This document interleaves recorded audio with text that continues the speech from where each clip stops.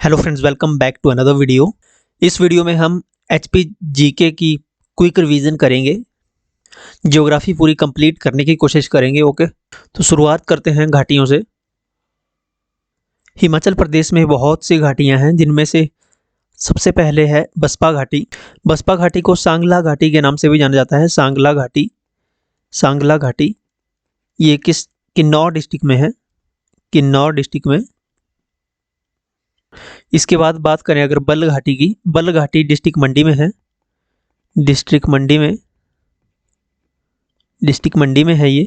और ये काफ़ी फर्टाइल है, उपजाऊ घाटी के है ये। यहाँ पे फसल काफ़ी अच्छी होती है। अगर हाइट की बात करें तो समुद्र तल से ये 800 मीटर की हाइट पर है। ओके, इसे सुंदरनगर घाटी के नाम से भी जाना जाता है। सुंदरनगर घाटी, सुंदरनगर घाटी के नाम से भी जाना जाता है। बल्ह घाटी, बल्ह वैली। ओके, डिस्ट्रिक्ट मंडी में है। इसके बाद बात करें सरसा घाटी की, ये सोलन डिस्ट्रिक्ट में है। सोलन डिस्ट्रिक्ट में इसे औद्योगिक घाटी के नाम से भी जाना जाता है। औद्योगिक घाटी, औद्योगिक घाटी। यहाँ पे काफ़ी सोलन में, यहाँ इस घाटी में काफ़ी इंडस्ट्रियल एरिया है ये, तो इसे औद्योगिक घाटी, इंडस्ट्रियल वैली के नाम से जाना जाता है। इसके ये कुछ एरिया हैं यहाँ पे, जैसे कसौली वगैरह हो गया, परवाणु, परवाणु बद्दी साइड, ये यहाँ ये वैली स्थित है, बस सरसा वैली। ओके, इसके बाद बात करें जसवां दून वैली की, जो जसवां दून वैली ऊना में है। ऊना में, ऊना में स्वां नदी बहती है। स्वां नदी, स्वां नदी के साथ में है यही है ये घाटी, जसवां दून घाटी। तो इसे स्वां वैली के नाम से भी जाना जाता है। स्वां वैली या स्वां घाटी, जसवां दून घाटी। ओके, इमला विमला घाटी, ये काफ़ी इंपॉर्टेंट घाटी है, एग्जामिनेशन में पूछ ली जाती है। ये घाटी जो शिकारी देवी धार है, शिकारी धार से परलोग तक फैली हुई है ये घाटी। ओके, परलोग तक, शिकारी धार से परलोग तक। ये जो बल्ह वैली है, यहाँ पे एक सुकेती नदी है, जिसकी वजह से यहाँ खेतों में पानी उपलब्ध होता है सुकेती नदी से, जिसकी वजह से यहाँ पे काफ़ी अच्छी फसल होती है, जिसकी वजह से ये उपजाऊ, काफ़ी उपजाऊ है, फर्टाइल है काफ़ी। यहाँ पे एक कृषि परियोजना भी शुरू की गई है, भारत और जर्मनी, इंडो जर्मन, भारत और जर्मनी के बीच में। इसकी शुरुआत हुई थी 1962 में। ये भी पूछ लिया जाता है, जो कृषि परियोजना है बल्ह घाटी में, कृषि परियोजना भारत और किस देश के साथ है, वो भारत और जर्मनी के साथ है। कब शुरू की गई थी? 1962 में शुरू गई थी। और जो बल्ह घाटी है, इसको पानी कहाँ से मिलता है? तो सुकेती नदी से इसको पानी मिलता है। अब इसके बाद चुराह वैली है। ये जो चुराह वैली है, ये चंबा जिले में है। चंबा जिला में, जिला चंबा में है चुराह वैली। और इस वैली को जल की आपूर्ति होती है स्थूल रिवर से, स्थूल खड्ड से, सॉरी खड्ड है ये, एक छोटी खड्ड है, स्थूल खड्ड।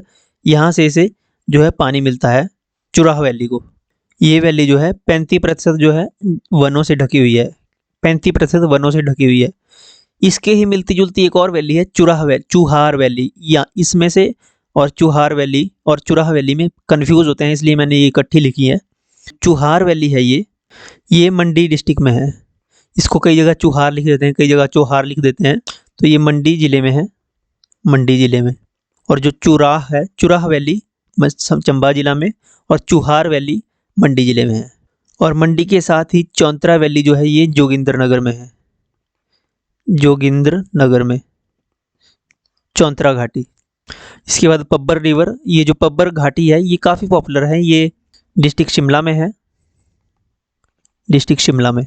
शिमला के ये रोहड़ू में स्थित है, रोहड़ू में स्थित है, इसलिए इसे रोहड़ू घाटी के नाम से भी जाना जाता है। रोहड़ू घाटी को पब्बर घाटी, पब्बर घाटी को रोहड़ू घाटी के नाम से, एक दूसरे के नाम से जाना जाता है। ये सेम ही है, एक ही घाटी के नाम है दोनों। और यहाँ पे एक पब्बर नदी है, पब्बर नदी बहती है इस घाटी में, पब्बर नदी। अब ये जो पब्बर नदी है, ये चांसल चोटी से निकलती है, चांसल चोटी से। और इस नदी को जो है, जो शिमला में चंद्रनाहन झील है, यहाँ से भी इसको पानी मिलता है, चंद्रनाहन झील से। तो इतना काफ़ी है, याद रखें।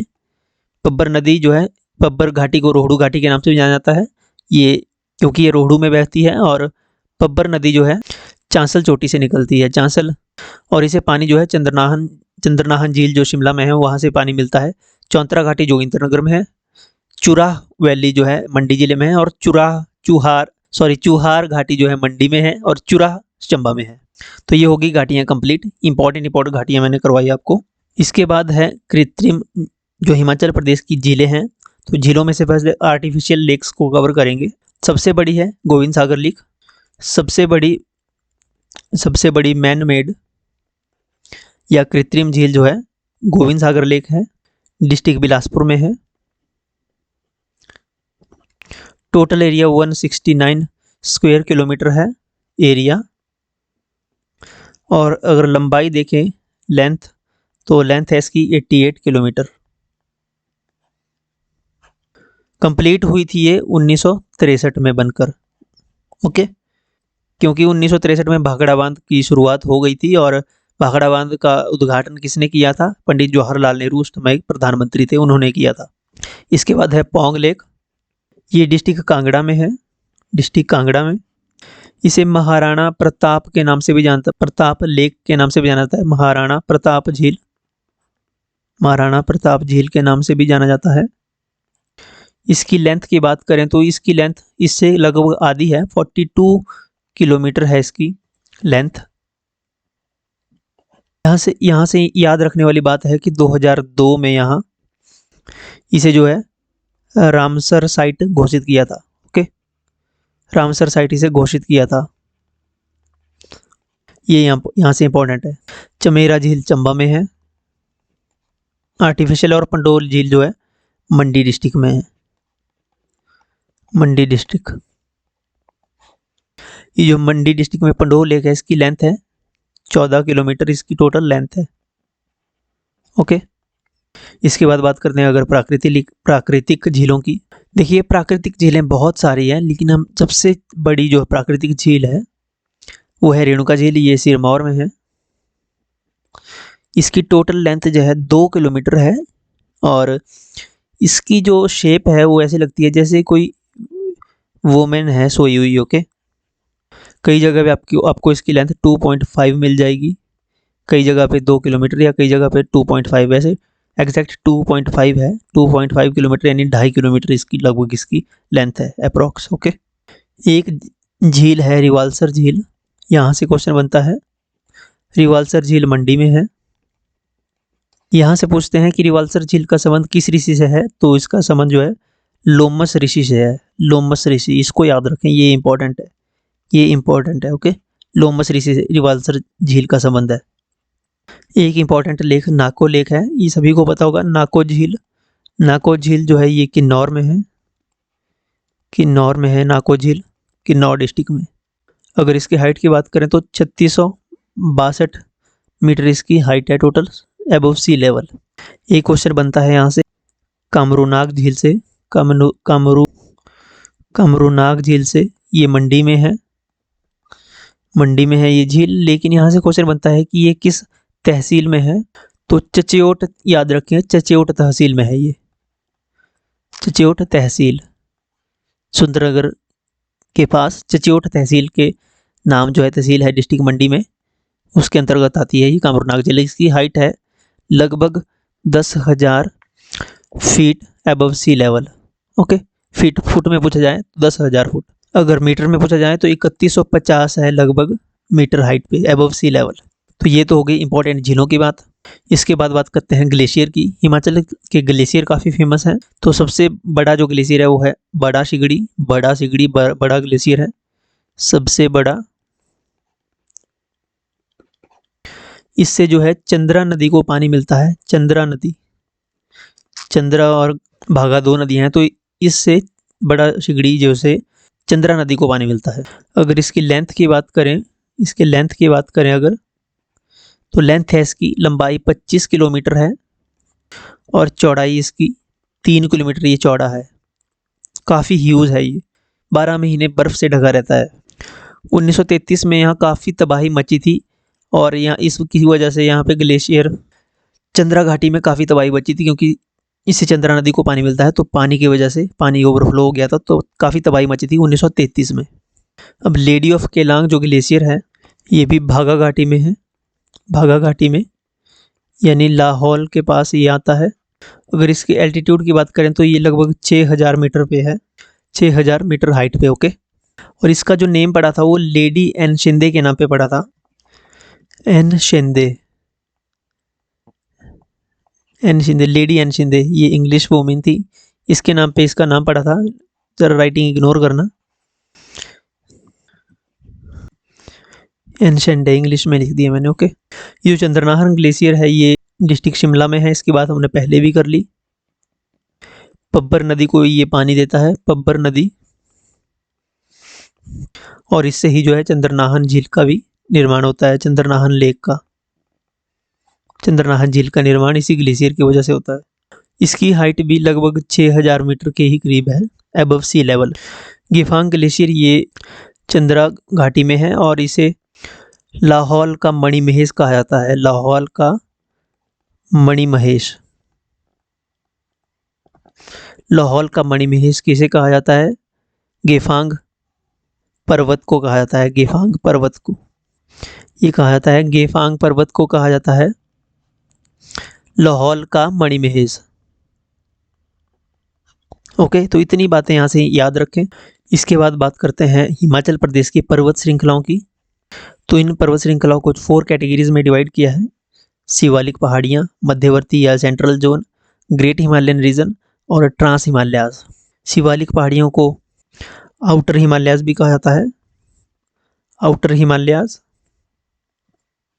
ये जो शिवालिक रेंज है इनकी हाइट होती है 300 मीटर से 700 मीटर तक, 700 मीटर तक ये इनकी हाइट रहती है शिवालिक रेंज की। शिवालिक की पहाड़ियाँ कहाँ हैं? मेनली ये बिलासपुर डिस्ट्रिक्ट में है, बिलासपुर, सोलन के कुछ एरियाज, सिरमौर, सिरमौर और चंबा, जो लोअर चंबा है, कांगड़ा के कुछ एरिया, हमीरपुर और मंडी के कुछ जैसे बल वैली वगैरह है, ये भी शिवालिक हिल्स में ही आते हैं। ओके, शिवालिक पहाड़ियाँ बहुत छोटी पहाड़ियाँ होती हैं। अगर आपने बिलासपुर की पहाड़ियाँ देखी हैं, मंडी के नीचे नीचे वाली पहाड़ियाँ वो भी शिवालिक रेंज में आती हैं। ऊना की पहाड़ियाँ हैं, बिल्कुल छोटी हैं, शिवालिक रेंज है, जहाँ पे बर्फ़ नहीं पड़ती और थोड़ी थोड़ी बारिश होती है। बारिश काफ़ी होती है, बल्कि बर्फ़ नहीं पड़ती है। जहाँ पे बहुत कम बर्फ़ पड़ती है, अगर कहीं बिल्कुल कोई ऊंची चोटी है वहीं पे, तो वो शिवालिक की पहाड़ी कहलाती हैं। हाइट इनकी 300 से 700 मीटर तक ही होती है। तो अगर मध्यवर्ती पहाड़ियों की बात करें तो इनमें मेनली धौलाधार रेंज आती है। धौलाधार रेंज जो कहाँ कहाँ है?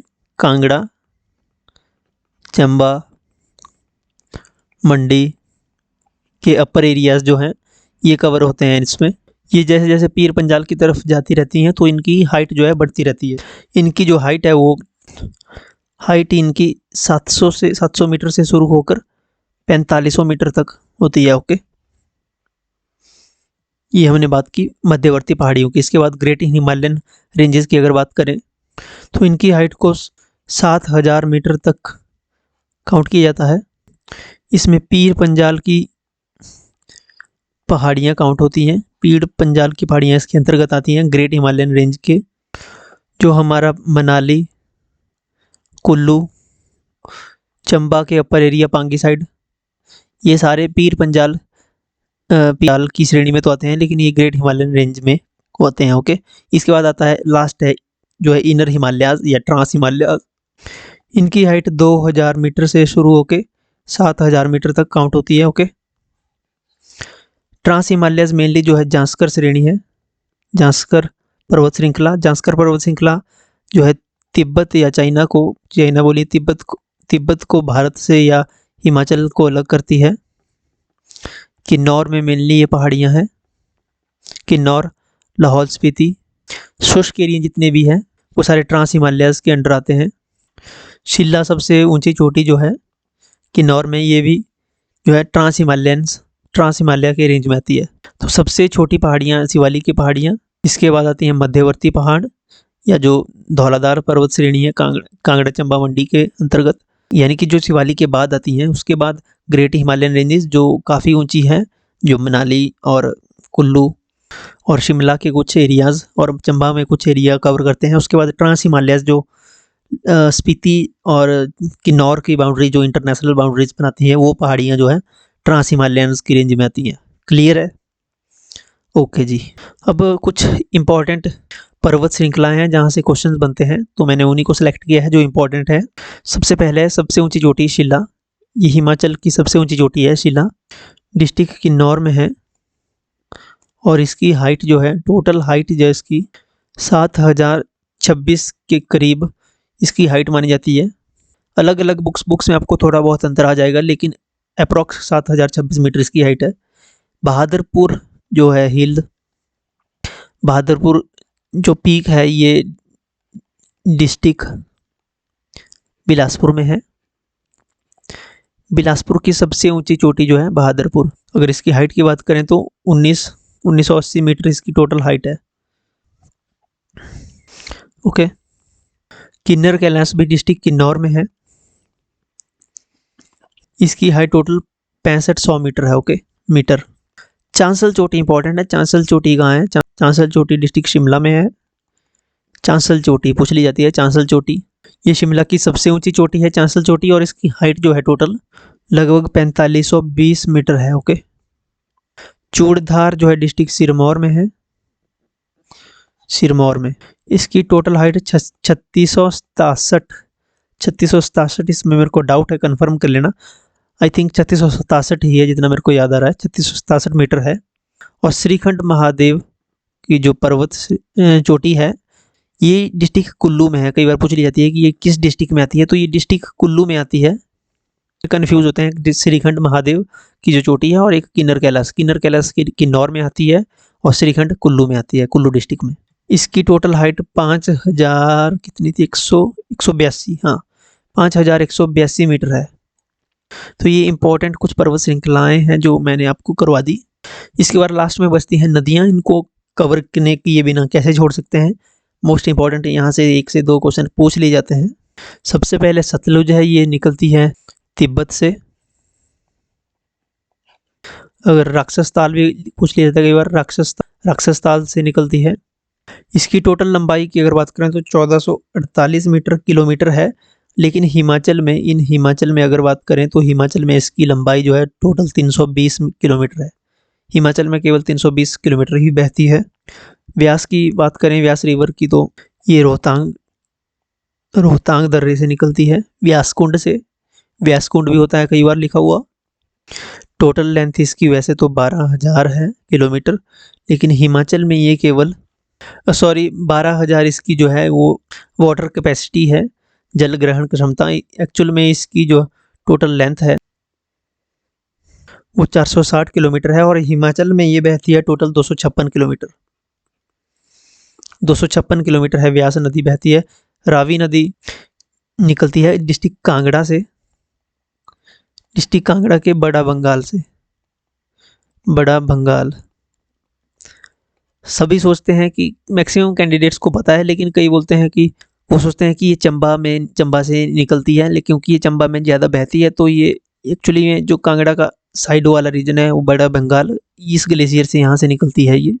टोटल लेंथ इसकी 720 किलोमीटर है, लेकिन हिमाचल में ये केवल 158 किलोमीटर बहती है।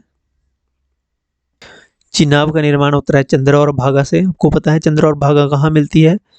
तांडी नामक स्थल पे मिलती है।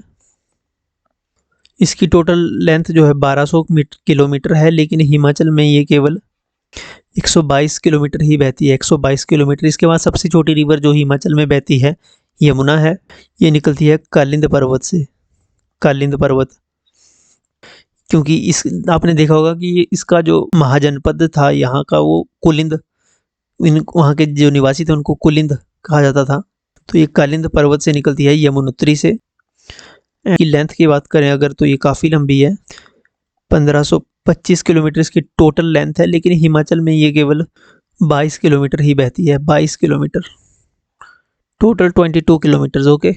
अब मैं सतलुज के ऐसे जल्दी आपको इसके नाम रिवाइज कर देता हूँ। तो सतलुज का जो वैदिक नेम है स्तुद्री है। स्तुद्री इसका वैदिक नेम है और संस्कृत नेम इसका है स्तुद्रु। व्यास की अगर बात करें तो व्यास का वैदिक नाम है अर्जिकिया, संस्कृत नाम है इसका विपाशा। रावी की अगर बात करें तो रावी का वैदिक नाम पुरुषणी और संस्कृत नाम है इसका रावी का इरावती। चिनाब का नाम है चंद्रभागा एंड यमुना का नाम है कालिंदी, जो कि कालिंद से निकलती है ये। तो कुलिंद पर्वत तो इसका नाम भी कालिंदी पड़ा। ओके, वैदिक नेम या संस्कृत नेम। सहायक नदियाँ पूछ ली जाती हैं तो सतलुज की सहायक नदियाँ हैं, एक तो है इसकी बसपा, और एक बहुत इंपॉर्टेंट है स्पीति रिवर, जो इसकी सहायक है। स्पीति रिवर ये कहाँ मिलती है? स्पीति रिवर इससे खाब नामक स्थल है, खाब। रोहतांग नहीं सॉरी, व्यास की सहायक नदियां हैं, इसकी काफ़ी हैं, जैसे बनेर हो गई, लूणी हो गई, बाणगंगा। याद रखने के लिए ब्यास बाणगंगा, ब से दोनों बाणगंगा। सैंज होगी, तीर्थन, सैंज तीर्थन। चिनाब की कौन कौन सी है? चंद्र और भागा, दो हैं चिनाब की, चंद्र और भागा। जो रावी है इसकी काफ़ी है रावी की। रावी की कौन सी है? एक तो बादल है, सिउल, साल, बुडिल, ये 3-4 हैं इनकी इंपॉर्टेंट है। जो यमुना है, यमुना की कौन सी है? एक तो इसकी गिरी है, एक तो गिरी है, टॉस है, टॉस, पब्बर, ये सारी यमुना में मिलती है, टॉस, पब्बर, गिरी। और एक और, हाँ जो मैं भूल गया, आंध्रा, आंध्रा रिवर, ये भी यमुना की सहायक नदी है। गिरी, टॉस, पब्बर, आंध्रा, ये 4 इंपॉर्टेंट है। चिनाब की चंद्रभागा। रावी की मैंने बताई, रावी की है एक तो सिउल है, सिउल, साल, और एक है बुड्ढिल। 2-3 और भी हैं लेकिन ये इंपॉर्टेंट है, सिउल, साल, बुड्ढिल, और एक भांदल है, भांदल। ये ग्लेशियर है ना, का नाम है भांदल ग्लेशियर, यहाँ से जो पानी निकलता है तो भांदल रिवर बनाता है या भांदल खड्ड बनाता है। ओके, तो इसकी सहायक नदियाँ हैं ये। व्यास की बनेर, लूणी, बाणगंगा, और सतलुज की सपा नहीं सॉरी, बसपा और स्पीति। ओके, तो जियोग्राफी हमने लगभग कवर कर दी है। हम हिस्ट्री की एक वीडियो डाल देंगे हम टोटली, जिसमें हम इम्पोर्टेंट प्रत्येक डिस्ट्रिक्ट के इम्पोर्टेंट फैक्ट्स, राजा महाराजाओं को कवर कर लेंगे। ओके, अगर आप चाहते हैं तब, अगर आपको चाहते हैं कि हिस्ट्री की वीडियो ऐसी ही ले आएँ हम, तो कमेंट सेक्शन में कमेंट कर दीजिए। और एक वीडियो हम करंट अफेयर की डाल देंगे, important current affair last 6-7 month के। छोटी सी वीडियो करेंगे 15 की मिनट की, जिसमें करंट अफेयर हम कवर करेंगे इंपॉर्टेंट। वैसे ज़्यादा करंट अफेयर इस बार आएंगे नहीं, 5 से 7 क्वेश्चन ज़्यादा से ज़्यादा। वो लास्ट टाइम जो स्पेशल टैट में आया था वो एक्सेप्शनल केस था, इतने करंट अफेयर्स नहीं आते हैं। Okay, so thank you so much. Video को लाइक, शेयर, सब्सक्राइब कर दें चैनल को। Thank you.